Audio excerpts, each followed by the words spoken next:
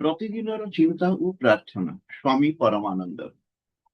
June 17 ଦିନଟିର ପ୍ରଧାନ ଚିନ୍ତା। ଆମକୁ ଜୀବନ ବୀଣାରେ ସତ୍ୟ ସଙ୍ଗୀତ ବଜାଇବାକୁ ହେବ।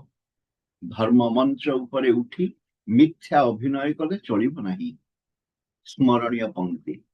ମହାନ ଚିନ୍ତାଧାରା କରେ ଯେବେ ପୂର୍ଣ୍ଣ ତବ ମନ, ତୁଚ୍ଛ କ୍ଷୁଦ୍ର ସ୍ୱାର୍ଥର ଲାଳସା ପାଏ ନା ସେଠାରେ ସ୍ଥାନ।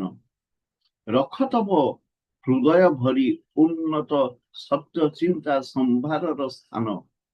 ତାପରେ କର ତୁମ କର୍ତ୍ତବ୍ୟ ସାଧନ। ଅନ୍ତର ରହେ ଯେବେ ପୂର୍ଣ୍ଣ ସତ୍ୟର ପ୍ରଭାବେ, ପାରେ ନାହିଁ ବାନ୍ଧି ତାକୁ କର୍ମର ବନ୍ଧନ। ନୀତି ଉପଦେଶ। ଏ ଜଗତରେ କେହି କେହି ଉନ୍ନତ ମହାପ୍ରାଣ ମନୁଷ୍ୟ ଅଛନ୍ତି। ଯଦି ତାଙ୍କ ପରି ହୋଇପାର, ଯେଉଁ କାର୍ଯ୍ୟ କରିବ ସେଥିରେ ମହିମାର ଛାପ ପଡିବ। କିନ୍ତୁ ସେ ପ୍ରକାର ଲୋକ ହେବା ପାଇଁ ତୁମର ଯଦି ଇଚ୍ଛା ହୁଏ, ତେବେ ତୁମକୁ ଅକପଟ ହେବାକୁ ପଡିବ ଏବଂ ସ୍ୱାର୍ଥ ସିଦ୍ଧିରୁ ବାହାରି ଆସିବାକୁ ହେବ। ଏ ଜୀବନ ଯଦି ଯଥାର୍ଥ ଉନ୍ନତ ଭାବେ ଯାପନ କରିବାକୁ ଚାହଁ, ତେବେ ଯାହା ଏ ଜୀବନର ପଛରେ ଅଛି ତାହାଙ୍କ ସଙ୍ଗେ ଯୋଗ ସ୍ଥାପନ କରିବାକୁ ହେବ।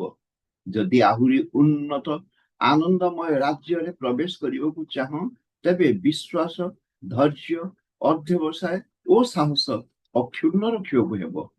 ଏ ସକଳ ଗୁଣ ଛଡା ତୁମେ କେବେ ହେଲେ ତୁମର ଆଧ୍ୟାତ୍ମିକ ସମ୍ପଦର ଅଧିକାରୀ ହୋଇପାରିବ ନାହିଁ। ପ୍ରାର୍ଥନା। ଯେ ମୋର ସକଳ ସଂଗ୍ରାମ, ସକଳ ଅକ୍ଷମତା ଓ ତ୍ରୁଟି ଜାଣନ୍ତି, ତାହାଙ୍କ ଦିଗରେ ମୁଁ ଏ ହୃଦୟ ତୋଳି ଧରୁଛି। ଏହି ଜଡ଼ ଜଗତର କ୍ଷଣସ୍ଥାୟୀ ସୁଖ ସମ୍ପଦ ପଛରେ ଧାବମାନ ନ ହୋଇ ମୁଁ ଯେପରି ମୋର ସମଗ୍ର ଜୀବନ ତାଙ୍କ ଦିଗରେ ଚାଳିତ କରିପାରିବି। ମୋ ପ୍ରାର୍ଥନା ଏପରି ଆନ୍ତରିକ ଓ ବ୍ୟାକୁଳ ହେବ, ଯେପରି ତାହା ସତତ ତାହାଙ୍କ ଶ୍ରୀଚରଣ ସ୍ପର୍ଶ କରିବ।